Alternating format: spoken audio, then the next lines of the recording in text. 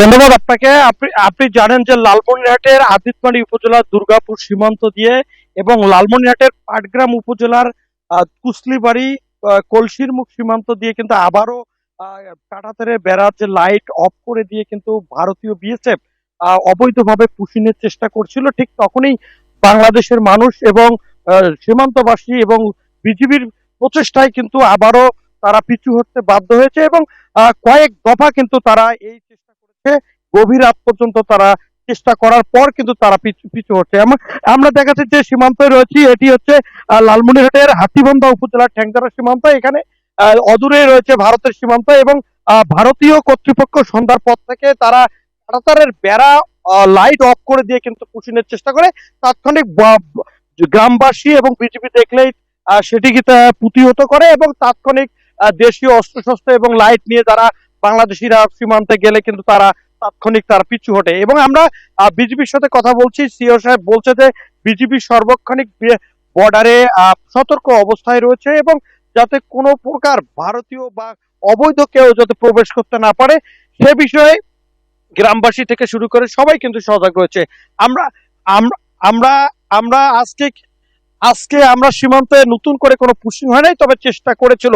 এই ছিল আমার কাছে সর্বশেষ। আমরা যাচ্ছি পঞ্চগড়ে, সেখানে সহকর্মী রয়েছে হায়দার, সেখানকার সংবাদ জানতে। হয়েছিল শূন্য রেখায় বিএসএফ তাদেরকে পুশিনের অবৈধ চেষ্টা করেছিল। বিজিবি এবং স্থানীয়দের বাধার মুখে তারা কিন্তু সেটাকে প্রতিহত করে এবং 10 দিন তারা কিন্তু 3 দিন তারা কিন্তু শূন্য রেখায় আটকে ছিল।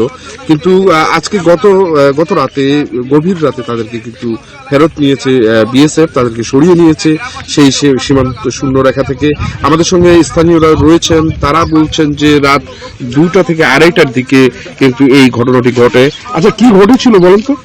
হ্যাঁ, এটা হলো রাত আনুমানিক 1:30 তারা বর্ডার এলাকা যে লাইটগুলো ছিল লাইটগুলো তারা অফ করে দেয় এবং কিছুক্ষণ পরে তাদের এই যে 10 জন লোক ছিল এই 10 জনকে তারা নিয়ে যায়, গেটের উপাশে নিয়ে যায়।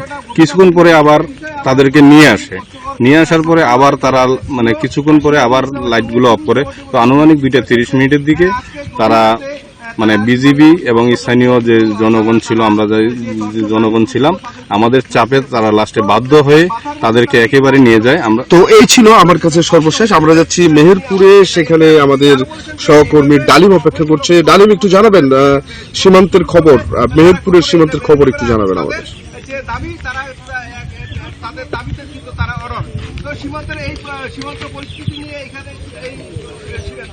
আপনি যেমনটি বলছিলেন, মেহেরপুরেও কিন্তু এই পুশিনের এক ধরনের উদ্বেগজনক পরিস্থিতি ছিল। গত শুক্রবারে 6 জনকে পুশিন করার চেষ্টা করে ভারতীয় সীমান্তরক্ষী বাহিনী বিএসএফ, কিন্তু শনিবারে তাদেরকে ফেরত দিতে বাধ্য হয় বিজিবির প্রতিরোধের মুখে।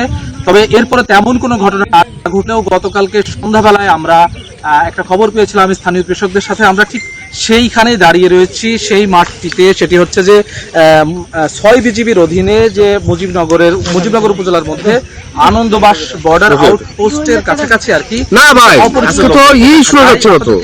জানিয়ে রাখি, সেটি হচ্ছে যে ভারতীয় কৃষক কিন্তু দিনের বেলাতে তাদের চাষাবাদের জন্য তাদের যে কাঁটাতারের গেট অতিক্রম করে তারা বাংলাদেশের অভ্যন্তরের এইদিকে আসে, অর্থাৎ তাদের এদিকে কিন্তু চাষাবাদের জমি আছে। ঠিক সেই মুহূর্তে আর কি কিছু অপরিচিত ব্যক্তিকে দেখতে পাই আমাদের স্থানীয় কৃষকরা। পরবর্তীতে আমরা স্থানীয় যে বিওপি রয়েছে সেখানে আমরা যোগাযোগ করি এবং যে বিষয়টি আমরা জানতে পারি সেটি হচ্ছে যে অনেক ক্ষেত্রেই ভারতীয় সীমান্তরক্ষী বাহিনী চেষ্টা করছে যে বিভিন্ন দিক দিয়ে পুশিন করার, কিন্তু বিজিবি এবং স্থানীয় জনতার প্রতিরোধের মুখে আসলে তারা সেইভাবে পেরে উঠছে না। তো সেরকম কোনো উদ্বেগজনক ঘটনা না ঘটলেও